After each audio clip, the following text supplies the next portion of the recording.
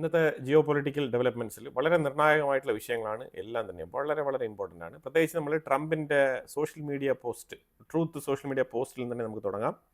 Trump പറഞ്ഞിരിക്കുന്നത് Ursula വാണ്ടർലൈൻ lying, കള്ളം പറയുകയാണ്. അതുപോലെ തന്നെ ഇന്ത്യ ഗ്രൂപ്പിനോട് ചേർന്നുകൊണ്ട് so called mother of all deals എന്ന് പറഞ്ഞ ആ ഒരു എഗ്രിമെൻറ്റ് സൈൻ ചെയ്തിരിക്കുകയാണ്, ഫ്രീ ട്രേഡ് എഗ്രിമെൻറ്റ്. ഇത് തികച്ചും ട്രംപിൻ്റെ ആ ഒരു വെപ്രാളം, ശരിക്കും പറഞ്ഞാൽ ഹെൽപ്ലെസ് സിറ്റുവേഷൻ. അതുപോലെ തന്നെ ഇനി അമേരിക്കയുടെ ഉള്ളിൽ ഓപ്പോസിറ്റ് പാർട്ടികൾ സെനറ്റിനുള്ളിൽ ചോദിക്കാൻ പോകുന്ന ചോദ്യങ്ങൾ, അതായത് ഒരു സൈഡിൽ ഇന്ത്യയെ മാറ്റി നിർത്തി, പിന്നെ ഒരു സൈഡിൽ യൂറോപ്പിനെ അപമാനിച്ചു. അങ്ങനെ ഇപ്പോൾ യൂറോപ്പും ഇന്ത്യയും കൂടി ഒരുമിച്ച് ഡീൽ സൈൻ ചെയ്തു. ഇതിനെല്ലാം കാരണക്കാരൻ ഡൊണാൾഡ് ട്രംപ് ആണെന്ന് ഇനി അമേരിക്കയുടെ ഉള്ളിൽ വളരെയധികം വിമർശനത്തിന് വിധേയമാകേണ്ടി വരും. എനിവേ, അതൊരു സൈഡിലിരിക്കട്ടെ. എന്നാലും പുള്ളിക്കാരൻ വീണ്ടും കൂടുതൽ പറഞ്ഞു വെച്ചത്, ഇവിടെ എൻ്റെ ഓവൽ ഓഫീസിൽ വന്നിരുന്നുകൊണ്ട് എന്നെ ഡാഡി ഡാഡി എന്ന് വിളിച്ചുകൊണ്ട് കംപ്ലീറ്റ് അവരൊരു ഫേക്ക് ആയിട്ടുള്ള ആൾക്കാരായിട്ടാണ് എനിക്കിപ്പോൾ തോന്നുന്നത് എന്നുള്ള രീതിയിലുള്ള ട്രംപ് തന്നെ വിഷമത്തോടു കൂടി പറയുകയാണ്. ഇപ്പം നിലവിൽ മദർ ഓഫ് ഓൾ ഡീൽസ് എന്ന് പറഞ്ഞുകൊണ്ട് ഡാഡിയെ വിട്ടിട്ട് മദറിനോടൊപ്പം പോയിരിക്കുന്ന ഒരു സാഹചര്യമാണ് എന്നാണ് പുള്ളിക്കാരൻ രേഖപ്പെടുത്തിയിരിക്കുന്നത്. അപ്പോൾ ഇവിടെ ഡാഡിയെ വിട്ടിട്ട് മദറിൻ്റെ അടുത്ത് നിങ്ങൾ ഭിക്ഷ യാചിക്കാൻ പോയതാണ് എന്നുള്ള മട്ടിലൊക്കെയാണ് എഴുതിയിരിക്കുന്നത്. അത്രയും റബ്ബിഷ് ആയിട്ടുള്ള ബിഹേവിയർ. രണ്ട് രാജ്യങ്ങൾ തമ്മിൽ, അല്ലെങ്കിൽ യൂറോപ്യൻ യൂണിയൻ ഇപ്പോൾ ഇന്ത്യയുമായിട്ട് ഒരു ഫ്രീ ട്രേഡ് എഗ്രിമെൻറ്റ് സൈൻ ചെയ്താൽ ഇപ്പോൾ എന്താണ് ഇത്ര വലിയ പ്രശ്നം? ഇപ്പം അതിനെ അല്ലെങ്കിൽ ആ ഒരു മെച്യൂരിറ്റിയോടുകൂടി അക്സെപ്റ്റ് ചെയ്യാൻ പറ്റാത്ത തരത്തിലുള്ളൊരു മാനസികാവസ്ഥയിലേക്ക് ട്രംപ് മാറിയിരിക്കുകയാണ്. ഈ സോഷ്യൽ മീഡിയ പോസ്റ്റ്, നമുക്ക് പണ്ടേ ഇയാളുടെ ഇമേജ് എന്താണെന്ന് മനസ്സിലായി, പക്ഷെ മനസ്സിലാവാതെ കുറേ ആൾക്കാർ ഇയാളെ താങ്ങി പിടിച്ചുകൊണ്ട് നടക്കുമായിരുന്നു. അപ്പോൾ ആ സാഹചര്യത്തിൽ പുള്ളിക്കാരൻ്റെ യഥാർത്ഥ സ്വഭാവം പുറത്തു വരുന്ന രീതിയിലാണ് ഈ ട്വീറ്റ്. അത്ര കൾച്ചർലെസ് ആയിട്ടാണ് എഴുതിയിരിക്കുന്നത്. അത് അങ്ങനെ തന്നെ നമുക്ക് പറയാൻ പറ്റുകയുള്ളൂ. അതിനോടൊപ്പം ഇന്ത്യക്കും കൂടി 50% താരിഫ് ഞാൻ പറഞ്ഞപ്പോഴത്തേക്കും അത് പേ ചെയ്യാനുള്ള വകുപ്പില്ലാണ്ട് നിങ്ങൾ യൂറോപ്പുമായിട്ട് ഇപ്പോൾ കച്ചവടം നടത്താൻ പോയിരിക്കുകയാണ്. ഇതെല്ലാം തന്നെ ഒരു ഷോർട്ട് ടേം കളികളാണെന്നുള്ള മട്ടിലാണ് പുള്ളിക്കാരൻ പറഞ്ഞു വെച്ചിരിക്കുന്നത്. അതോ കൊച്ചു പിള്ളേരുടെ ഗെയിം പോലെയാണ് ട്രംപിന് ഇത് മനസ്സിലാക്കാൻ പറ്റിയിരിക്കുന്നത്. ട്രംപിന് ഇതിൻ്റെ കാതലായ വിഷയം മനസ്സിലാക്കാൻ ഇതുവരെ കഴിഞ്ഞിട്ടില്ല. ഇവിടെ ഇന്ത്യയും യൂറോപ്യൻ യൂണിയനും വ്യാപാര ബന്ധം, ഫ്രീ ട്രേഡ് എഗ്രിമെന്റ് എന്നതിലുപരിയായിട്ട് അമേരിക്കയോടൊപ്പം വളരെ അടുത്ത് നിന്നിരുന്ന യൂറോപ്യൻ രാജ്യങ്ങളാണ് ഇന്ത്യയുമായിട്ട് സൈൻ ചെയ്തിരിക്കുന്നത്. പലപ്പോഴായിട്ട് ഇന്ത്യയുമായിട്ടുള്ള ചർച്ചകൾ നടന്നിട്ടുണ്ടെങ്കിലും പല സാഹചര്യങ്ങളിലും ഇന്ത്യയെ ഒരു നെഗോസിയേഷൻ പോയിന്റ് ആയിട്ട് ഉപയോഗിക്കാനാണ് യൂറോപ്യൻ യൂണിയൻ പലപ്പോഴും ശ്രമിച്ചിട്ടുള്ളത്. പക്ഷേ ഇത്തവണ ഡീൽ സൈൻ ചെയ്തു. അത് അമേരിക്കയെ വല്ലാതെ വേദനിപ്പിച്ചിട്ടുണ്ട്, ട്രംപിനെ വല്ലാത്ത രീതിയിൽ ചൊടിപ്പിച്ചിട്ടുണ്ട്. കാരണം ഒരു അമേരിക്കൻ പ്രസിഡന്റിനും ചരിത്രത്തിൽ ഇതുവരെ സാക്ഷ്യം വഹിക്കേണ്ടി വന്നിട്ടില്ല ഇങ്ങനെ ഒരു ട്രേഡ് ഡീലിന്. അത് ട്രംപിന്റെ കാലഘട്ടത്തിൽ ഇത് സംഭവിച്ചു എന്നുള്ളതാണ് ട്രംപിന് കിട്ടുന്ന ഏറ്റവും വലിയ തിരിച്ചടി. ചരിത്രം ഇത് ഓർക്കും. എന്നേക്കുമായിട്ട് ഇത് ട്രംപിന്റെ പേരിൽ തന്നെ ഈ ഒരു വിഷയം ചാർത്തപ്പെടും. എനിവേ, ഇന്ത്യയുടെ വളർച്ചയ്ക്ക് ട്രംപ് വല്ലാത്ത രീതിയിൽ ഹെൽപ്പ് ചെയ്യുന്നുണ്ട്, അഹോരാത്രം പ്രയത്നിക്കുന്നുണ്ട്. അതിൻ്റെ പ്രതിഫലമാണ് നമുക്കിപ്പം കാണാൻ കഴിയുന്നത്. ട്രംപിന് എന്തായാലും നമ്മൾ ഇന്ത്യക്കാർ വളരെയധികം കടപ്പെട്ടിരിക്കുന്നു എന്നാണ് എനിക്ക് പറയാനുള്ളത്. കാരണം പുള്ളിക്കാരൻ വന്നുകൊണ്ടാണ് യൂറോപ്യൻ യൂണിയനുമായിട്ട് ഇങ്ങനെ ഒരു ഡീൽ ഇന്ത്യക്ക് സാധിച്ചെടുക്കാൻ കഴിഞ്ഞത്. അപ്പോൾ അതുകൊണ്ട് we must praise Trump. Enjoy your little mother deal, daddy is always moving for winning എന്നൊക്കെ പറഞ്ഞ് എഴുതി കുറിച്ചിരിക്കുകയാണ് ഡൊണാൾഡ് ട്രംപ്. പുള്ളിക്കാരൻ്റെ വെപ്രാളം വേവലാതി എല്ലാം ട്രൂത്ത് സോഷ്യൽ മീഡിയയിൽ ഛർദ്ദിച്ച് വെച്ചിട്ടുണ്ട്. ഇന്ത്യ കഴിഞ്ഞ 6 വർഷത്തിനുള്ളിൽ 8 ഫ്രീ ട്രേഡ് എഗ്രിമെൻ്റാണ് സൈൻ ചെയ്തിരിക്കുന്നത്. വളരെ വളരെ മികച്ച പെർഫോമൻസ് ആണ്. അതായത് കഴിഞ്ഞ 6 വർഷത്തിനുള്ളിൽ 8 ഫ്രീ ട്രേഡ് എഗ്രിമെൻറ്റ്. ഇതാണ് നമ്മൾ ഇതിനകത്ത് വളരെ ശ്രദ്ധേയമായിട്ട് നോക്കിക്കാണേണ്ടത്. ഇതിൽ യൂറോപ്യൻ യൂണിയനുമായിട്ട് ഇപ്പം നിലവിൽ നമ്മൾ സൈൻ ചെയ്തിരിക്കുന്നത് ഒരു ജാക്ക് പോട്ടാണ്. കാരണം വേറെ ഒന്നുമില്ല, നമ്മളാണ് ഏറ്റവും കൂടുതൽ യൂറോപ്പിലേക്ക് എക്സ്പോർട്ട് ചെയ്യുന്നത്. 2024-25 നമ്മൾ ഏതാണ്ട് 71 ബില്യൺ യൂറോ വെർത്ത് വരുന്ന സാധനങ്ങൾ നമ്മൾ കയറ്റി അയച്ചിട്ടുണ്ട് യൂറോപ്പിലേക്ക്. അതേസമയം നമ്മൾ 48 ബില്യൺ യൂറോ വെർത്ത് വരുന്ന സാധനങ്ങളാണ് നമ്മൾ ഇറക്കുമതി ചെയ്തിരിക്കുന്നത്. അപ്പോൾ ഇതിൽ നിന്ന് നമ്മൾ മനസ്സിലാക്കേണ്ടത് നമുക്ക് കയറ്റുമതി കൂടുതലാണ് യൂറോപ്പിലേക്ക്, അതാണ് മനസ്സിലാക്കേണ്ടത്. പക്ഷേ ഇതേ സാഹചര്യത്തിൽ യൂറോപ്പിന് ഒരു വിഷയമുണ്ട്. യൂറോപ്പ് നിലവിൽ റഷ്യയുമായിട്ടുള്ള മാർക്കറ്റ് ക്ലോസ്ഡ് ആണ്. അതുപോലെ അമേരിക്ക ആണെങ്കിൽ താരിഫ് പറഞ്ഞുകൊണ്ട് അവരെ ഒരു സ്വസ്ഥമായ രീതിയിൽ അല്ലെങ്കിൽ സൗകര്യപൂർവ്വം ട്രേഡ് നടത്താൻ സമ്മതിക്കുന്നില്ല. ഇതാണ് മറ്റൊരു സൈഡിൽ. ഇപ്പോൾ യൂറോപ്പിനാണെങ്കിൽ അവരുടെ പ്രോഡക്റ്റ് കുറച്ച് എക്സ്പെൻസീവ് ആണ്. അപ്പോൾ ആ പ്രോഡക്റ്റ് പൊതുവിൽ മറ്റുള്ള രാജ്യങ്ങളിലേക്ക് വിറ്റഴിക്കാൻ പറ്റാത്തൊരു സാഹചര്യം. അപ്പോൾ അതുകൊണ്ട് തന്നെ ഈ റഷ്യ ഉക്രൈൻ യുദ്ധം നടന്നുകൊണ്ടിരിക്കുന്ന പശ്ചാത്തലത്തിൽ വളരെയധികം സ്ട്രഗിൾ ചെയ്ത് മുന്നോട്ട് പോകുന്ന സാഹചര്യമാണ് യൂറോപ്പ്. ഇന്ത്യ അവരെ സഹായിക്കുന്നത് പോലെയുള്ള ഒരു വ്യൂ പോയിന്റാണ് യൂറോപ്പിന് ഈ ട്രേഡ് ഡീലുമായിട്ട് ബന്ധപ്പെട്ട് പറയാനുള്ളത്. അതൊരു പരിധിവരെ സത്യം കൂടിയാണ്. ഒരു കാര്യം മനസ്സിലാക്കേണ്ടത് പറഞ്ഞാൽ ഇന്ത്യ വളരെ നിർണായകമായിട്ടുള്ള കുറേ സാധനങ്ങൾക്കൊക്കെ 0% താരിഫാക്കി കൊടുത്തിട്ടുണ്ട്. യൂറോപ്പ് അവരുടെ സൈഡിൽ നിന്നും കയറ്റുമതി ചെയ്യുന്ന കുറേ സാധനങ്ങൾക്ക് ഇന്ത്യ 0% ആക്കി കൊടുത്തിട്ടുണ്ട്. ഇത് വളരെ വളരെ നിർണായകമാണ് യൂറോപ്യൻ യൂണിയനിൽപ്പെട്ട രാജ്യങ്ങൾക്ക്. അപ്പോൾ ഇത് സമീപഭാവിയിൽ ഈ ട്രേഡ് വർദ്ധിക്കാനുള്ള സാധ്യത വളരെ കൂടുതലാണ്. ഇന്ത്യയിലുള്ള ആൾക്കാർക്ക് യൂറോപ്പിലുള്ള പ്രോഡക്ട്സ് ഈ താരിഫിൽ കിടന്ന് ഇഴയാണ്ട്, ഈ താരിഫ് അപ്ലൈ ചെയ്തുകൊണ്ടുള്ള ഹൈ പ്രൈസ് കൊടുക്കാണ്ട് യൂറോപ്പിൽ നിന്നും ഇറക്കുമതി ചെയ്യുന്ന ആ പ്രൈസിന് തന്നെ ഈ സാധനങ്ങളൊക്കെ ഉപയോഗിക്കാൻ പറ്റും. അപ്പോൾ അതിൽ കുറേ സാധനങ്ങളുണ്ട്, അതൊക്കെ നമുക്കിവിടെ നോക്കാം എന്തൊക്കെ കാറ്റഗറി ആണെന്നുള്ളത്. കാരണം പൊതുവിലെ എല്ലാവരും യൂറോപ്പുമായിട്ട് ഫ്രീ ട്രേഡ് എഗ്രിമെന്റ് എന്നാണ് പറയുന്നത്. പക്ഷേ ഇതിൻ്റെ പോസിറ്റീവ് നെഗറ്റീവ്, ഏതൊരു ട്രേഡ് എഗ്രിമെന്റിനും പോസിറ്റീവ് നെഗറ്റീവ് ഉണ്ടാവും. നമ്മൾ 2021 മൊറീഷ്യസ് എന്ന് പറഞ്ഞ ആ ഒരു രാജ്യവുമായിട്ട് ഫ്രീ ട്രേഡ് എഗ്രിമെന്റ് സൈൻ ചെയ്യുന്നത്. അതാണ് നമ്മൾ ഒപ്പുവെക്കുന്ന ആദ്യത്തെ ഫ്രീ ട്രേഡ് എഗ്രിമെന്റ്. രണ്ടാമത് നമ്മൾ ഒപ്പുവെക്കുന്നത് 2022 UAE-യുമായിട്ടാണ് ഫ്രീ ട്രേഡ് എഗ്രിമെന്റ് സൈൻ ചെയ്യുന്നത്. ഏതാണ്ട് 100 ബില്യൺ വർത്ത് വരുന്ന ട്രേഡുമായിട്ട് ബന്ധപ്പെട്ടാണ് ഈ ഒരു ഡീല് നമ്മൾ ലോക്ക് ചെയ്തത്. ആ ട്രേഡ് ഡീൽ വീണ്ടും നമ്മൾ പുതുക്കിയിട്ടുണ്ട്. $200 ബില്യൺ നമ്മൾ പുതുക്കി വെച്ചിരിക്കുകയാണ് ആ ട്രേഡ് ഡീൽ. അതേ 2022 തന്നെ നമ്മൾ ഓസ്ട്രേലിയയുമായിട്ട് ഫ്രീ ട്രേഡ് എഗ്രിമെന്റ് സൈൻ ചെയ്തിരിക്കുകയാണ്. അതേ 2024-25 നമ്മൾ ചെപ്പ എന്ന് പറഞ്ഞിട്ടുള്ള ഒരു എഗ്രിമെന്റ് തായ്പേയുമായിട്ട് നമ്മൾ സൈൻ ചെയ്തിട്ടുണ്ട്. ഇത് 100 ബില്യൺ വർത്ത് വരുന്ന ട്രേഡ് എഗ്രിമെന്റ് ആണ്. 2025 UK 99% free trade agreement. 2025 Oman. ഈ ഒമാൻ ഡീൽ നമ്മൾ സൈൻ ചെയ്തത് അമേരിക്കയുടെ താരിഫ് പ്രഷർ പീക്കിൽ നിൽക്കുന്ന സമയത്താണ് നമ്മൾ 2025 ഒമാനുമായിട്ട് ഡീൽ സൈൻ ചെയ്യുന്നത്, ഫ്രീ ട്രേഡ് എഗ്രിമെന്റ്. അത് കഴിഞ്ഞിട്ട് നമ്മൾ ന്യൂസിലാൻഡുമായിട്ട് സൈൻ ചെയ്തിട്ടുണ്ട്. 2026 ഇപ്പോൾ നമ്മൾ സൈൻ ചെയ്തിരിക്കുന്നതാണ് മദർ ഓഫ് ഓൾ ഡീൽസ് എന്ന് പറഞ്ഞുകൊണ്ട് സൈൻ ചെയ്തിരിക്കുന്നതാണ് യൂറോപ്യൻ യൂണിയനുമായിട്ടുള്ള ഫ്രീ ട്രേഡ് എഗ്രിമെന്റ്. ഇത്തരത്തിലുള്ള ഫ്രീ ട്രേഡ് എഗ്രിമെന്റുകൾ ഇന്ത്യയുടെ വളർച്ചയ്ക്ക് വളരെയധികം സഹായകരമാകും എന്നുള്ളതാണ് നമ്മൾ മനസ്സിലാക്കേണ്ടത്. അപ്പോൾ അതുകൊണ്ട് നമുക്ക് ടെൻഷൻ ഫ്രീ ആയിട്ടുള്ള വർഷങ്ങളാണ് ഇനി വരാനിരിക്കുന്നത്. ഒരു പരിധി വരെ നമുക്ക് അങ്ങനെ തന്നെ ഇതിനെ കണക്കാക്കാം. കാരണം ഈ ലോകക്രമം നിയന്ത്രിച്ചിരുന്ന ആൾക്കാരുടെ ആ കയ്യിൽ നിന്നും ലോകക്രമത്തിന് തന്നെ മാറ്റിമറിക്കുന്ന സാഹചര്യത്തിലേക്കാണ്. അതായത് unipolar foreign policy diplomacy handle ചെയ്തിരുന്ന രാജ്യങ്ങളെല്ലാം കൂടി ഒരുമിച്ച് വെസ്റ്റേൺ രാജ്യങ്ങൾ ഒരു ചേരിതിരിഞ്ഞ് നിന്നിരുന്ന ആ ഒരു സാഹചര്യത്തിൽ നിന്നും നിലവിൽ അതേ വെസ്റ്റേൺ രാജ്യങ്ങളെല്ലാം തന്നെ ഇപ്പം മൾട്ടിപോളാർ അല്ലെങ്കിൽ ഒരു മൾട്ടിലേറ്ററൽ ഫോറിൻ പോളിസി റിലേഷൻഷിപ്പിലേക്ക് വരികയാണ്. അതാണ് മനസ്സിലാക്കേണ്ടത്. ഇതിന് ഉദാഹരണമായിട്ട് ഉർസുല വോൺ ഡെർ ലൈൻ ഈ ഒരു എഗ്രിമെന്റ് സൈൻ ചെയ്തതിന് ശേഷം ഒരു സ്റ്റേറ്റ്മെന്റ് പറഞ്ഞിട്ടായിരുന്നു. ആ സ്റ്റേറ്റ്മെന്റിന് വളരെയധികം പ്രാധാന്യമുണ്ട്. എന്തുകൊണ്ടാണെന്ന് പറഞ്ഞാൽ, അതായത് വി ഡിഡ് ഇറ്റ്, അതാണ് അവർ പറഞ്ഞ ഒരു വാക്യം. സാധാരണ മറ്റൊരു രാജ്യത്തിലേക്ക് എത്തുമ്പോൾ ഈ ഡെലിഗേറ്റ്സ് ആയിട്ട് വരുന്ന ആൾക്കാർ അല്ലെങ്കിൽ ഗസ്റ്റ് ആയിട്ട് വരുന്ന ആൾക്കാർ ആ രാജ്യത്തിന്റെ പ്രധാനമന്ത്രിയോ അല്ലെങ്കിൽ അത് ലീഡ് ചെയ്യുന്ന പ്രസിഡന്റിനെയൊക്കെ പുകഴ്ത്തി പറയാറാണ് പതിവ്. പക്ഷെ ഇവിടെ നേരെ മറിച്ച് ഇന്ത്യയുമായിട്ടൊരു ഇക്വാലിറ്റി, അതിൽ വളരെയധികം ഇന്ത്യ പറഞ്ഞ മെസ്സേജ് ഇതാണ്. നമ്മൾ പറയുന്നത് നമ്മളുടെ ഫോറിൻ മിനിസ്റ്റർ എത്രത്തോളം കൃത്യമായിട്ടാണ് യൂറോപ്പിന്റെ മേളിൽ ഈ ഒരു പ്രഷർ പോളിസി അപ്ലൈ ചെയ്തിട്ട് നമ്മൾ നിങ്ങൾക്ക് ഈക്വലാണ്, നമ്മൾ തുല്യരാണ്, അല്ലാതെ നമ്മൾ താഴ്ന്ന ആൾക്കാരല്ല, അല്ലെങ്കിൽ നിങ്ങളെക്കാളും ഉയർന്ന ആൾക്കാരല്ല, ഞങ്ങൾ ഈക്വലാണ്, നിങ്ങളോടൊപ്പം നിന്ന് ബിസിനസ് ചെയ്യാൻ ആഗ്രഹിക്കുന്ന ആൾക്കാരാണെന്നുള്ള മെസ്സേജാണ് നമ്മൾ കഴിഞ്ഞ കുറേ വർഷങ്ങളായിട്ട് യൂറോപ്യൻ വേദികളിൽ നമ്മളുടെ ഫോറിൻ റെപ്രസെൻറ്റേറ്റീവ്സിന്റെ മുന്നിൽ വന്നിരുന്ന ചോദ്യങ്ങൾക്ക് ഉത്തരമായിട്ട് നമ്മൾ കൊടുത്തിരുന്നത്. ആ ഉത്തരം കൃത്യമായിട്ട് വർക്ക് ചെയ്തിട്ടുണ്ട് എന്നുള്ളതാണ് ഇന്ന് നമുക്ക് മനസ്സിലാക്കാൻ പറ്റുന്നത്. അതിൻ്റെ തെളിവാണ് ഉർസുല വോൺ ഡെർ ലൈൻ, അവർ യൂറോപ്യൻ യൂണിയന്റെ കമ്മീഷണർ വളരെ വ്യക്തമായിട്ട് പറഞ്ഞു വെച്ചത് വി ഡിഡ് ഇറ്റ്. അതായത് ഇത് ഒരു വ്യാപാര കരാറല്ല. ശരിക്കും പറഞ്ഞാൽ ഇത് ട്രേഡിനെ, അതായത് ഈ വ്യാപാരത്തിനെ വ്യാപാരമായിട്ട് കണക്കാക്കാതെ അതിനെ പലതരത്തിലുള്ള പ്രഷർ പോളിസികൾക്ക് വേണ്ടിയിട്ട് യൂസ് ചെയ്യുന്ന ഒരു തന്ത്രപ്രധാനമായിട്ടുള്ള മേഖലയായിട്ട് മാറ്റി തീർത്തവർക്കുള്ള മറുപടിയാണ് India European union free trade agreement എന്നാണ് പുള്ളിക്കാരി പറഞ്ഞു വെച്ചത്. അത് വേറെ ആരെയല്ല, ട്രംപിനെ തന്നെയാണ് ഉദ്ദേശിച്ചത്. ഇനിയിപ്പോൾ നമുക്ക് ഈ താരിഫുമായിട്ട് ബന്ധപ്പെട്ട ഒരു സ്പെസിഫിക് പോർഷൻ നമുക്ക് നോക്കാം. അത് വളരെ അനിവാര്യമാണ്. കാരണം യൂറോപ്പിൽ നിന്നും ഇന്ത്യയിലേക്ക് ഇറക്കുമതി ചെയ്യുന്ന വൈൻ ഉൽപ്പന്നങ്ങൾക്ക് 180% നിന്ന് താരിഫ് നമ്മൾ 20% വെട്ടിക്കുറച്ചിട്ടുണ്ട്. അതുപോലെ ലിക്കർ ഐറ്റംസ്, വിസ്കി, ബ്രാൻഡി, ആ ഐറ്റംസ്, അമ്മാതിരിയുള്ള ഐറ്റംസ് എല്ലാം തന്നെ 150% നിന്നും 40% ആയിട്ട് വെട്ടിക്കുറച്ചിട്ടുണ്ട്. ഈ ബിയർ 110% നിന്നും 50% ആയിട്ട് കുറച്ചിട്ടുണ്ട്. പിന്നെ കാശുകാർക്കുള്ള ഒരു താരിഫ് ഇളവാണ്. റിച്ച് പീപ്പിൾ, ബിസിനസ് പീപ്പിൾ, അതായത് യൂറോപ്യൻ മോഡൽ ഹൈ ക്ലാസ് കാറുകളൊക്കെ വാങ്ങിക്കണം എന്നുണ്ടെങ്കിൽ ഇതിനു മുമ്പ് നമ്മൾ 110% താരിഫ് ഈടാക്കിക്കൊണ്ടാണ് യൂറോപ്യൻ വാഹനങ്ങൾ ഇന്ത്യക്കുള്ളിൽ ഇറക്കുമതി ചെയ്തുകൊണ്ടിരുന്നത്. അതിനെ ചുരുക്കി 10% മാറ്റിയിരിക്കുകയാണ്. ഇപ്പോൾ ഇവിടെയാണ് അമേരിക്കയ്ക്ക് ഒരു ഡൗട്ട് വരുന്നത്, 10%? അത് ഞാൻ എലോൺ മസ്കിന്റെ കാർ അങ്ങോട്ട് കൊണ്ടുവന്ന സമയത്ത് നിങ്ങൾ 40% താഴെ കുറയുകയില്ല, അത് നിങ്ങളുടെ ഡൊമസ്റ്റിക് വെഹിക്കിൾ മാനുഫാക്ചറിംഗ് ഇൻഡസ്ട്രിയെ ബാധിക്കുമെന്നാണ് നിങ്ങൾ പറഞ്ഞിരുന്നത്.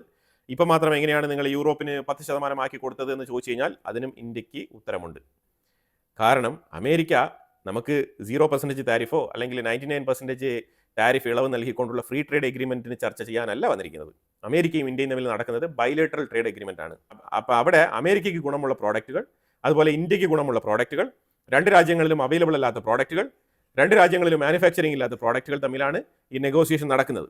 അപ്പോൾ അതുകൊണ്ട് ആ മേഖലകളിൽ ബന്ധപ്പെട്ട കാര്യങ്ങളിലേക്ക് മാത്രമാണ് ബൈലേറ്ററൽ ട്രേഡ് എഗ്രിമെന്റ് ഏതാണ്ട് ഒരു 36,000-ഓളം പ്രോഡക്റ്റുകൾ ലിസ്റ്റ് ഔട്ട് ചെയ്ത് നെഗോഷിയേറ്റ് ചെയ്തുകൊണ്ടിരിക്കുന്നത്. അല്ലാതെ ഒരു ഫ്രീ ട്രേഡ് എഗ്രിമെന്റ് അല്ലല്ലോ അമേരിക്കയുമായിട്ട് നമ്മൾ ചർച്ചയ്ക്ക് വെച്ചിരിക്കുന്നത്. അപ്പോൾ അതുകൊണ്ട് അവിടെ അമേരിക്ക കൂടുതൽ കൺസേൺ ആവേണ്ട ആവശ്യമില്ല. നിങ്ങൾക്കും 10% താരിഫ് വേണമെങ്കിൽ ഞങ്ങളാക്കാം, പക്ഷേ നിങ്ങൾ ഫ്രീ ട്രേഡ് എഗ്രിമെന്റിന് തയ്യാറാണോ? ഇതേ യൂറോപ്യൻ മാതൃകയിലുള്ള ട്രേഡ് എഗ്രിമെന്റിന് വില്ലിംഗ് ആണോ എന്നുള്ള ചോദ്യമാണ് ഇന്ത്യക്ക് അങ്ങോട്ട് ചോദിക്കാനുള്ളത്. അപ്പോൾ അവിടെയും അമേരിക്കയ്ക്ക് ഉത്തരമില്ല എന്നുള്ളതാണ്. അവർ കൺസേൺ ഉണ്ടെങ്കിൽ ആ കൺസേൺ രേഖപ്പെടുത്തിക്കൊണ്ട് അവരവിടെ ഇരുന്നാൽ മതി. അതേപോലെ സീ ഫുഡ് ഐറ്റം 26% നിന്നും 0% ആക്കിയിട്ടുണ്ട്. അപ്പം ശരിക്കും സീ ഫുഡ് ഇന്ത്യയിൽ നിന്നും യൂറോപ്പിലേക്ക് കയറ്റുമതി ചെയ്യാൻ സീ ഫുഡൊക്കെ ഇന്ത്യക്ക് നല്ല രീതിയിലുള്ള എക്സ്പോർട്ട് സാധ്യതയുള്ള മേഖലകളാണ്. അപ്പോൾ അതുകൊണ്ട് അവിടെയൊക്കെ ഇന്ത്യക്ക് നല്ല രീതിയിൽ ഗുണം ചെയ്യും. അപ്പോൾ ഇതാ ഇവിടെ മത്സ്യത്തൊഴിലാളികളായിക്കോട്ടെ, അതേപോലെ തന്നെ ഇവിടെ കൊഞ്ച് കർഷകരായിക്കോട്ടെ, ചെമ്മീൻ കയറ്റുമതി ചെയ്യുന്ന ഫാക്ടറികളായിക്കോട്ടെ, ഇതിനെക്കുറിച്ചൊക്കെ വളരെയധികം കൺസേൺ രേഖപ്പെടുത്തിയിട്ടുണ്ടായിരുന്നു ട്രംപിന്റെ 50% താരിഫ് വന്ന സമയത്ത്. അപ്പോൾ അതിനൊരു സൊല്യൂഷൻ കൂടി ആയിരിക്കുകയാണ്. നമ്മൾ ഓൾറെഡി തന്നെ ഈസ്റ്റ് ഏഷ്യൻ മേഖലയിലേക്ക് സീ ഫുഡ് കയറ്റുമതി ചെയ്തുകൊണ്ടിരിക്കുകയാണ്. അപ്പോൾ അതുകൊണ്ട് നമുക്കത് വലിയ രീതിയിൽ ദോഷം ചെയ്തിട്ടില്ല. പക്ഷേ ഇപ്പം സീ ഫുഡ് മേഖല, ചെമ്മീൻ കൃഷി, ആ മേഖലകളെല്ലാം ഇപ്പം അപ്ലിഫ്റ്റ് ചെയ്യപ്പെടുകയാണ്. അതുപോലെ ഫുഡ് വെയർസ്, ചെരുപ്പ്, ചപ്പൽസ്, ഷൂസ്, ഈ മാതിരിയുള്ള ഐറ്റംസ് എല്ലാം തന്നെ 17% ഇതുവരെ താരിഫ് ഉണ്ടായിരുന്നു. അത് 0% ആയിട്ട് മാറുകയാണ്. വലിയ രീതിയിലുള്ള റിഡക്ഷൻസ് ആണ് രണ്ട് രാജ്യങ്ങൾ, യൂറോപ്പും ഇന്ത്യയും തമ്മിൽ വളരെ നിർണായകമായിട്ടുള്ള തീരുമാനങ്ങളാണ് ഇതിനകത്ത് എടുത്തിരിക്കുന്നത്. കൺസോളിഡേഷൻ നല്ല രീതിയിൽ നടന്നിട്ടുണ്ട്. അതുപോലെ കെമിക്കൽ പ്രോഡക്ട്സ്, ഫെർട്ടിലൈസർ ഒക്കെ ഇതിനകത്ത് വരും. അത് 12.8% അതിന്റെ താരിഫ് നിലവിൽ, അത് 0% ആയിട്ട് മാറ്റിയിട്ടുണ്ട്. ടെക്സ്റ്റൈൽ മേഖല 12% താരിഫ്, അത് 0% ആയിട്ട് മാറിയിട്ടുണ്ട്. അപ്പോൾ ഇതുകൊണ്ട് ശരിക്കും ബംഗ്ലാദേശിനെ നമ്മൾ അങ്ങ് ഇഗ്നോർ ചെയ്യുകയാണ് ഈ ഒരു വിഷയത്തിൽ. കാരണം മനസ്സിലാക്കേണ്ടത്, ബംഗ്ലാദേശാണ് ഏറ്റവും കൂടുതൽ യൂറോപ്പ് മേഖലയിലേക്ക് കയറ്റുമതി ചെയ്തുകൊണ്ടിരുന്നത്. ഇപ്പം നിലവിൽ അവിടുത്തെ ക്രൈസിസ് കൊണ്ട് അവർ തന്നെ ഗാർമെന്റ് ഇൻഡസ്ട്രി മുന്നോട്ട് കൊണ്ടുപോകാൻ പറ്റാത്ത സാഹചര്യത്തിലാണ് ബംഗ്ലാദേശ് മുന്നോട്ട് നീങ്ങുന്നത്. അപ്പോൾ ആ സാഹചര്യത്തിൽ ഇന്ത്യക്ക് ഇതൊരു ലോട്ടറിയാണ്. ഇന്ത്യയിൽ പ്രധാനമായിട്ടും ടെക്സ്റ്റൈൽ മാനുഫാക്ചറിങ് ചെയ്യുന്ന തമിഴ്നാട്ടിൽ തിരുപ്പൂർ പോലത്തെ സ്ഥലങ്ങൾക്കൊക്കെ വീണ്ടും ഒരു പുത്തൻ ഉണർവേകുകയാണ് ഇന്ത്യ യൂറോപ്പ് ട്രേഡ് അഗ്രിമെന്റ്. അതുപോലെ മെറ്റൽസിനുള്ള താരിഫ് കുറച്ചിട്ടുണ്ട്. 10% ആയിരുന്നു മെറ്റൽസിനുള്ള താരിഫ്, അത് 0% ആക്കിയിട്ടുണ്ട്. സ്റ്റേഷനറി ഐറ്റംസ് 10.5% ആയിരുന്നു, അതിപ്പോൾ 0% ആക്കിയിട്ടുണ്ട്. അതുപോലെ ഒരു manufacturing industry, rail and shipping manufacturing industry, ഈ രണ്ട് മേഖലകളിലുമുള്ള മാനുഫാക്ചറിംഗ് ഇൻഡസ്ട്രിയിൽ ഉണ്ടാകുന്ന സാധനങ്ങൾക്കെല്ലാം തന്നെ ഇപ്പം താരിഫ് റിഡക്ഷൻ ചെയ്തിരിക്കുകയാണ്. ഇതിന് മുമ്പ് 7% ആയിരുന്നു, അതിപ്പം 0% ആയിട്ടുണ്ട്. അതുപോലെ ടോയ്സ്, കളിപ്പാട്ടങ്ങൾ, ഇതിലെല്ലാം തന്നെ 4.7% താരിഫിൽ നിന്നും 0% ആയിട്ട് മാറിയിരിക്കുകയാണ്. പിന്നെ ജെംസ് ആൻഡ് ജ്വൽസ് എന്ന് പറഞ്ഞിട്ടുള്ള ഒരു സെക്ടർ ഉണ്ടല്ലോ, അവർക്കും 4% താരിഫ് 0% ആക്കി മാറ്റിയിട്ടുണ്ട്. അതുപോലെ വളരെ ഇമ്പോർട്ടൻ്റ് ആയിട്ട് സർജിക്കൽ എക്യുപ്മെന്റ് മേഖലയിൽ 0% താരിഫ് ആക്കിയിരിക്കുകയാണ്. സർജിക്കൽ എക്യുപ്മെന്റ്, ഇതാണ് വളരെ സുപ്രധാനമായിട്ടുള്ള ഒരു തീരുമാനമാണ്. മെഡിക്കൽ മേഖലയിലേക്ക് വളരെയധികം ഗുണം ചെയ്യുന്ന സർജിക്കൽ എക്യുപ്മെന്റ്സ്, അതിനും 0% താരിഫാണ്. തമിഴ്നാട്ടിൽ ടെക്സ്റ്റൈൽ മേഖല റിക്കവർ ആവാനുള്ള സാധ്യത വളരെ കൂടുതലാണ്. കേരളത്തിലാണെന്നുണ്ടെങ്കിൽ കൊച്ചിൻ, ആലപ്പി, ഇടുക്കി, വയനാട് പോലത്തെ സ്ഥലങ്ങളിൽ നിന്ന് തേയില കയറ്റുമതി, അതേപോലെ തന്നെ സീ ഫുഡിന്റെ കയറ്റുമതി ആലപ്പി സൈഡിൽ നിന്നൊക്കെ പോകാനുള്ള സാധ്യതകൾ വളരെ കൂടുതലാണ്. അതുപോലെ അസ്സാം, ഡാർജിലിംഗ്, ഈ മേഖലയിലുള്ള തേയിലകൾക്കുള്ള ഡിമാൻഡും വർദ്ധിക്കാനുള്ള സാധ്യതയുണ്ട്. ഇന്ത്യയിൽ നിന്നും കൂടുതൽ സ്കിൽഡ് വർക്കേഴ്സിനെ ഹയർ ചെയ്യാനുള്ള പോസിബിലിറ്റീസ് യൂറോപ്പ് തേടുന്നുണ്ട്. അതിലുപരിയായിട്ട് ഇന്ത്യയിൽ നിന്നും യൂറോപ്പിലേക്ക് പഠന കാര്യങ്ങൾക്ക് വേണ്ടി എത്തുന്ന സ്റ്റുഡൻസുകൾക്ക് സ്റ്റുഡൻറ് വിസ കഴിഞ്ഞാൽ, ആ സ്റ്റുഡൻസ് വിസയുടെ കാലാവധി കഴിഞ്ഞു കഴിഞ്ഞാൽ 9 മാസം ഗ്രേസ് പീരീഡ് കൊടുക്കും. ഈ 9 മാസം അവർക്ക് യൂറോപ്പിൽ നിന്ന് അവർക്ക് ജോലി അന്വേഷിക്കാനുള്ള ഒരു സാധ്യത അവിടെ ഓപ്പൺ ആവുകയാണ്. ഇതൊരു അഡീഷണൽ ആയിട്ടുള്ള ഒരു പോയിന്റ് ആണിത്. അതേപോലെ തന്നെ ഇന്ത്യൻ എഡ്യൂക്കേഷൻ സിസ്റ്റം അവിടെ അപ്രൂവ് ചെയ്യുകയാണ് യൂറോപ്പിൽ. അതായത് ഇപ്പം നഴ്സിംഗ് പഠിക്കുന്ന ആൾക്കാരാണെന്നുണ്ടെങ്കിൽ ഇന്ത്യയുടെ നഴ്സിംഗ് കൗൺസിലിന്റെ അപ്രൂവൽ ഉണ്ടെങ്കിൽ ഡയറക്റ്റ് ആയിട്ട് യൂറോപ്പിലേക്ക് കയറി പോവാം.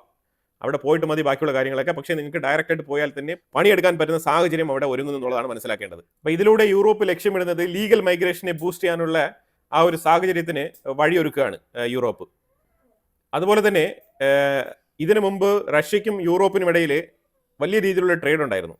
അപ്പോൾ ആ ട്രേഡിന് ഇന്ത്യ ഒരു മീഡിയേറ്റർ ആവാനുള്ള സാധ്യതയുണ്ട്. ഈ വിഷയത്തിനും യൂറോപ്പിന് ഒബ്ജക്ഷൻ ഇല്ല. അതേപോലെ റഷ്യയുടെ എണ്ണ വാങ്ങിച്ചോ ആരുടെ എണ്ണ വാങ്ങിച്ച് ഇന്ത്യ റിഫൈൻ ചെയ്താലും ആ ഓയിൽ യൂറോപ്പിലേക്ക് വിൽക്കാൻ യൂറോപ്പിന് ഒരു തടസ്സമില്ല.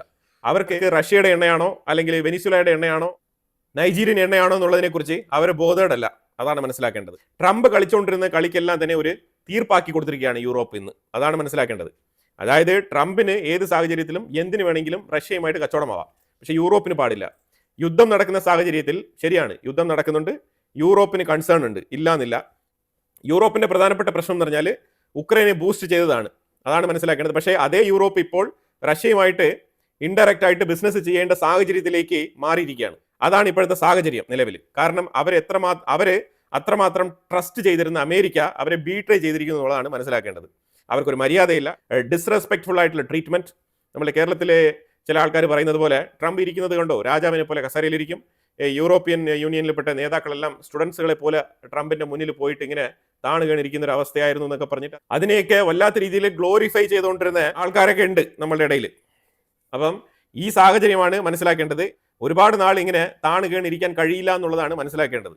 അപ്പം അത് യൂറോപ്യൻസിനും തോന്നി തുടങ്ങി. അതുകൊണ്ട് അവർ മാറി ചിന്തിച്ചു എന്നുള്ളതാണ് നമ്മൾ മനസ്സിലാക്കേണ്ടത്. ഇന്ത്യയെ ഒരു റിലയബിൾ മാനുഫാക്ചറർ ആയിട്ടാണ് യൂറോപ്പ് കരുതുന്നത്. അവരുടെ സപ്ലൈ ചെയിൻ്റെ സ്റ്റെബിലിറ്റിക്ക് വളരെ ഇമ്പോർട്ടൻ്റ് ആയിട്ടുള്ള ഒരു ഘടകമായിട്ടാണ് ഇന്ത്യയെ അവർ കരുതുന്നത്. ഇന്ത്യയുടെ വളർച്ചയാണ് ഗ്ലോബൽ വളർച്ച എന്നുള്ളത് ഉർസുല വോൺ ഡർ ലയൻ തന്നെ എടുത്തു പറയുകയുണ്ടായി. അത് ഗ്ലോബൽ സ്റ്റെബിലിറ്റിക്ക് വളരെ വളരെ അത്യാവശ്യമാണ്. ഇന്ത്യയുടെ വളർച്ച ഗ്ലോബൽ സ്റ്റെബിലിറ്റിക്ക് വളരെ വളരെ ഇമ്പോർട്ടൻ്റ് ആണെന്നാണ് അവർ പറഞ്ഞു വെച്ചത്. ഇനി അടുത്ത് കാനഡ ലൈനപ്പ് ചെയ്ത് നിൽക്കുകയാണ്. ഇന്ത്യയുമായിട്ട് ട്രേഡ് എഗ്രിമെന്റ് സൈൻ ചെയ്യാനും ഇന്ത്യയുമായിട്ടുള്ള ബിസിനസ്സിന് വേണ്ടിയിട്ടും കാനഡ തയ്യാറെടുത്ത് നിൽക്കുന്ന സാഹചര്യത്തിൽ 100% താരിഫ് ഇടും എന്നുള്ള ഭീഷണി ട്രംപിന്റെ സൈഡിൽ നിന്ന് നിലനിൽക്കുന്നുണ്ട്. ആ അവസരത്തിൽ വീണ്ടും സ്കോട്ട് ബെസന്റ് ഇന്ന് കാനഡയ്ക്കെതിരെ ഒരു ഭീഷണി, കാനഡ നിങ്ങൾ സൂക്ഷിച്ചും കണ്ട് പെരുമാറണം, ഇതേ മാതൃകയിൽ നിങ്ങൾ പോയി കഴിഞ്ഞാൽ ഞങ്ങളുടെ തൊട്ടടുത്ത് കിടക്കുന്ന രാജ്യമാണ് നിങ്ങൾ, നമ്മൾ തമ്മിൽ തെറ്റേണ്ടി വരും എന്നുള്ള സൂചനയൊക്കെ കൊടുക്കുന്നുണ്ട് സ്കോട്ട് ബെസന്റ്. ഇതിൻ്റെയൊക്കെ വല്ല ആവശ്യം ഉണ്ടായിരുന്നോ? ഇതിൻ്റെ ഇടയ്ക്ക് ഒരു സ്റ്റേറ്റ്മെന്റ് പറഞ്ഞിരിക്കുന്നത് യൂറോപ്യൻ യൂണിയൻ ഉക്രൈന് വലുതായിട്ടൊന്നും കൊടുത്തിട്ടില്ല, ഞങ്ങളാണ് ഏറ്റവും കൂടുതൽ കൊടുത്തത് എന്നും കൂടി പറഞ്ഞു വെക്കുന്നുണ്ട്. $114 ബില്യൺ ഉക്രൈന് അമേരിക്ക ഇതുവരെ കൊടുത്തിരിക്കുന്ന എയ്ഡ് ഈ യുദ്ധവുമായിട്ട് ബന്ധപ്പെട്ട്. അതേസമയം 184 ബില്യനാണ് യൂറോപ്യൻ യൂണിയൻ ഇതുവരെ കൊടുത്തിരിക്കുന്ന ഒരു എയ്ഡ്. അപ്പോൾ ഇത് കൂടുതലല്ലേ എന്ന് ചോദിച്ചു കഴിഞ്ഞാൽ യൂറോപ്യൻ യൂണിയനിൽ 27 രാജ്യങ്ങളുടെ കൂട്ടായ്മയാണ് യൂറോപ്യൻ യൂണിയൻ. അപ്പോൾ ഇത്രത്തോളം രാജ്യങ്ങൾ ചേർന്നിട്ട് $184 ബില്യൺ കൊടുത്തോളൂ, പക്ഷെ ഞങ്ങൾ ഒറ്റയ്ക്ക് 114 ബില്യൺ കൊടുത്തില്ലേ എന്നാണ് അവർ ന്യായവാദം നിരത്തുന്നത്. ഒരു പരിധിവരെ ശരി തന്നെയാണ്, കാരണം അമേരിക്കയാണല്ലോ യുദ്ധം നയിച്ചത്. ജോ ബൈഡൻ ഇരുന്ന സമയത്ത് അമേരിക്കയാണ് യുദ്ധം നയിച്ചത്. ട്രംപ് വന്നതിന് ശേഷം നയാ പൈസ കൊടുത്തിട്ടില്ല, അത് വേറെ കാര്യം. അപ്പോൾ അതുകൊണ്ട് അമേരിക്ക നയിക്കുന്ന പ്രോക്സി വാർ, പിന്നെ അമേരിക്ക പൈസ കൊടുക്കാതെ ആര് കൊടുക്കാനാണ്? ഒരു $1 വിനിമയ നിരക്ക് ഇറാന്റെ ഉള്ളിൽ 10,77,000 റിയാലാണ്, ഇറാനിയൻ റിയാൽ. അതാണ് ഇറാന്റെ ഉള്ളിലെ അവസ്ഥ. ഗുരുതരമായ എക്കണോമിക് ക്രൈസിസിലോട്ട് മുന്നോട്ട് പോയിക്കൊണ്ടിരിക്കുന്ന ഇറാന് ഭീഷണിയായിട്ട് ട്രംപ് പടക്കപ്പലുകളും കൊണ്ടിട്ട് കാത്തിരിക്കുകയാണ്. എപ്പോൾ അടിക്കും എന്നടിക്കും എന്നുള്ളതിനെ കുറിച്ചുള്ള നിഗമനങ്ങളൊന്നുമില്ല, പക്ഷേ അടിക്കും എന്ന് മാത്രമാണ് പറയുന്നത്. അതിന്റെ സൂചനയായിട്ട് തുർക്കി ഒരു വിഷയം ചെയ്യുന്നുണ്ട്. തുർക്കി അവരുടെ ഇറാനിയൻ ബോർഡറിൽ ഏതാണ്ട് 20,000-ലധികം സോൾജേഴ്സിനെ ഡിപ്ലോയ് ചെയ്തിട്ടുണ്ട്. ഇത് എന്തിനു വേണ്ടിയിട്ടാണെന്ന് തുർക്കി എക്സ്പ്ലെയിനും ചെയ്യുന്നുണ്ട്. എന്താണെന്ന് പറഞ്ഞാൽ, ഇനി അഥവാ ഇറാനിൽ എന്തെങ്കിലുമൊക്കെ ഒരു അൺസർട്ടനിറ്റി ഉണ്ടാകുന്നുണ്ട്, ഒരു അടിയന്തരാവസ്ഥ രൂപപ്പെടുന്നുവെങ്കിൽ, അഥവാ അമേരിക്ക ആക്രമിക്കുന്നുവെങ്കിൽ ഇറാനിൽ നിന്നും ഏറ്റവും കൂടുതൽ ആളുകൾ ഈ ബോർഡർ വഴിയെ തുർക്കിക്കുള്ളിൽ കടന്നു കയറാനുള്ള സാധ്യതയുണ്ട്. അപ്പോൾ ആ സാഹചര്യത്തിൽ അവരെ ബോർഡറിൽ തന്നെ തടഞ്ഞു നിർത്താനും അവർക്ക് വേണ്ട ഭക്ഷണ സാധനങ്ങളൊക്കെ ഇവിടെ തന്നെ കൊടുത്ത് ഇവിടെ തന്നെ ഒരു ടെന്റ് അടിച്ച് അവരെ അഭയാർത്ഥികളായിട്ട് സ്വീകരിക്കാനും ഞങ്ങൾ റെഡിയായിരിക്കുകയാണ് എന്നുള്ള സൂചനയാണ് തുർക്കിയുടെ സൈഡിൽ നിന്ന് വരുന്നത്. അപ്പോൾ അതായത് ഏകദേശം കാര്യങ്ങളൊക്കെ റെഡിയായി വരികയാണ്. അതുപോലെ മിഡിൽ ഈസ്റ്റ് ഭാഗത്ത് അൽ ഉദൈദ് എയർബേസിൽ ഏതാണ്ട് 60-ലധികം കാർഗോ ഷിപ്മെന്റുകൾ അമേരിക്കയിൽ നിന്ന് വന്നിറങ്ങിയിട്ടുണ്ട്. ഇന്നലെ വരെ 44 ആയിരുന്നു, അതിൽ നിന്ന് 60 ഉയർന്നിട്ടുണ്ട്. UK അമേരിക്കയെ ശക്തമായിട്ട് ബാക്കപ്പ് ചെയ്യുന്നുണ്ട്. UK നിന്നും ആയുധങ്ങൾ വന്ന് ഇറങ്ങുന്നുണ്ട്. ജോർദാൻ എയർബേസിലേക്ക് UK നിന്നും സാധനങ്ങൾ വന്ന് ഇറങ്ങുന്നുണ്ട്. അതായത് ഒരിക്കലും ഇല്ലാത്ത രീതിയിൽ മാസീവായിട്ടുള്ള ആയുധങ്ങളാണ് മിഡിൽ ഈസ്റ്റ് ഭാഗത്ത് അമേരിക്ക കൊണ്ടുവന്ന് ഇറക്കുന്നത്. അപ്പോൾ ഇതെല്ലാം തന്നെ സൂചിപ്പിക്കുന്നത് എന്താണെന്ന് പറഞ്ഞാൽ, ഇറാനും അമേരിക്കയും മത്സരിച്ച് സ്ട്രൈറ്റ് ഓഫ് ഹോമോസ് ആ ഒരു ഏരിയയിൽ ഡ്രോൺ വെച്ചിട്ടുള്ള സർവൈലൻസ് ശക്തിപ്പെടുത്തിയിരിക്കുകയാണ്. അമേരിക്കയുടെ ഡ്രോണുമുണ്ട്, ഇറാന്റെ ഡ്രോണുമുണ്ട്. രണ്ടുപേരുടെ ഡ്രോണും മത്സരിച്ച് അവിടെ സർവൈലൻസിലാണ്. അതുപോലെ ഇറാൻ അവരുടെ നറ്റാൻസ് എന്ന് പറഞ്ഞ ആ ഒരു ന്യൂക്ലിയർ എൻറിച്ച്മെന്റ് ഫെസിലിറ്റിയുടെ അടുത്ത് എയർ ഡിഫൻസ് വർദ്ധിപ്പിച്ചിരിക്കുകയാണ്. അവിടെ സെക്യൂരിറ്റി സിസ്റ്റം അവരെ ഇൻക്രീസ് ചെയ്തിട്ടുണ്ട്. ഇത് എന്തിനാണെന്ന് നമുക്കറിയില്ല. ഇനി ഒരു പക്ഷേ അവിടെ എങ്ങാനും ആണോ ഇനി ആയത്തുൽ ഖമനേയി സ്റ്റേ ചെയ്യുന്നതെന്നുള്ളത് നമുക്കറിയില്ല. ആ മേഖലകളെല്ലാം കേന്ദ്രീകരിച്ച് ഇറാൻ ഇപ്പം സുരക്ഷ വർദ്ധിപ്പിച്ചിരിക്കുകയാണ്. ഇപ്പോഴും ടെൻസ്ഡ് ആയിട്ടുള്ള മൊമെന്റിലൂടെയാണ് ഇറാൻ കടന്നു പോകുന്നത്. ഇറാന്റെ ഉള്ളിൽ വീണ്ടും പ്രതിഷേധം ആളിക്കത്തിക്കാനുള്ള സാഹചര്യമുണ്ടോ എന്ന് അമേരിക്ക ശ്രമിക്കുന്നതായിട്ടുള്ള വാർത്തകളൊക്കെ വരുന്നുണ്ട്. അവിടെ നിന്നുള്ള ഇൻസൈഡ് വാർത്തകൾ പുറത്ത് കൂടുതൽ വരുന്നില്ല. അവിടെ പല സ്ഥലങ്ങളിലും പ്രതിഷേധങ്ങൾ നടക്കുന്നുണ്ടോ എന്ന് പോലും അറിവില്ല. അതാണ് ഇപ്പോഴത്തെ സാഹചര്യം. ഈ കറൻസി മൂല്യങ്ങളൊക്കെ തകർന്നടിഞ്ഞിരിക്കുന്ന സാഹചര്യത്തിൽ ഇറാന്റെ ഉള്ളിൽ ശക്തമായ പ്രതിഷേധം വരാനുള്ള സാധ്യതയുണ്ട്. അത് തള്ളിക്കളയാനാവില്ല. ഇറാന്റെ ഉള്ളിൽ ശക്തമായ രീതിയിൽ പ്രതിഷേധം വീണ്ടും തുടങ്ങിക്കഴിഞ്ഞാൽ അമേരിക്കയ്ക്ക് കാര്യങ്ങൾ കുറച്ചുകൂടി എളുപ്പമായി. അങ്ങനത്തെ ശ്രമം കൂടി അമേരിക്ക നടത്തുന്നതായിട്ട് വാർത്തകൾ വരുന്നുണ്ട്. ഇനി നേരെ സിറിയക്കുള്ളിലേക്ക് വന്നു കഴിഞ്ഞാൽ ദേർ എൽ സോർ എന്ന് പറഞ്ഞ ആ ഒരു പ്രദേശം HTS കീഴ്പ്പെടുത്തിയിട്ടുണ്ടായിരുന്നു 4 ദിവസങ്ങൾക്ക് മുമ്പ്. ഇത് നമ്മൾ പഴയ വാർത്തയിൽ അപ്ഡേറ്റ് ചെയ്തിട്ടുള്ളതാണ്. അപ്പോൾ അവിടുത്തെ എണ്ണപ്പാടങ്ങളിൽ നിന്നും എടുക്കുന്ന എണ്ണകളെല്ലാം തന്നെയാണ് ഇവിടെ ക്യൂവിൽ ഇങ്ങനെ പൊയ്ക്കൊണ്ടിരിക്കുന്നത്. ഇതെല്ലാം തന്നെ HTSന്റെ നേതൃത്വത്തിൽ വന്നിരിക്കുകയാണ്. ഇനി ഈ സിറിയയിലുള്ള എണ്ണ കച്ചവടം മൊത്തം HTSന്റെ നേതൃത്വത്തിൽ നടക്കും. ഈ HTS നേതൃത്വം ഇപ്പം ഈ ദേർ എൽ സോർ എന്ന് പറഞ്ഞ ആ സ്ഥലത്തു നിന്നുള്ള ഓയിൽ ടാങ്കറുകളെല്ലാം തന്നെ ലൈനപ്പ് ചെയ്ത് അവരുടെ കൺട്രോളിലേക്ക് കൊണ്ടുപോയിക്കൊണ്ടിരിക്കുന്ന സാഹചര്യമാണ്. എണ്ണ അവിടെ നിന്ന് എടുക്കുന്നുണ്ട്, അത് HTSന്റെ കൺട്രോളിലേക്ക് ഡമസ്കസിലേക്ക് പോവുകയാണ്. ഇതാണ് നിലവിലെ സാഹചര്യം. വളരെ നിർണായകമായിട്ടുള്ള യൂറോപ്പ് ഇന്ത്യ ഫ്രീ ട്രേഡ് എഗ്രിമെന്റുമായിട്ട് ബന്ധപ്പെട്ട ഒരു വിവരണമാണ് നമ്മൾ നൽകിയത്. അപ്പം ഇതിനെക്കുറിച്ചുള്ള അഭിപ്രായങ്ങൾ കമന്റ് ബോക്സിൽ രേഖപ്പെടുത്തുക. കൂടുതൽ വാർത്തകളുമായിട്ട് അടുത്ത വീഡിയോയിൽ വരാം. Thank you so much.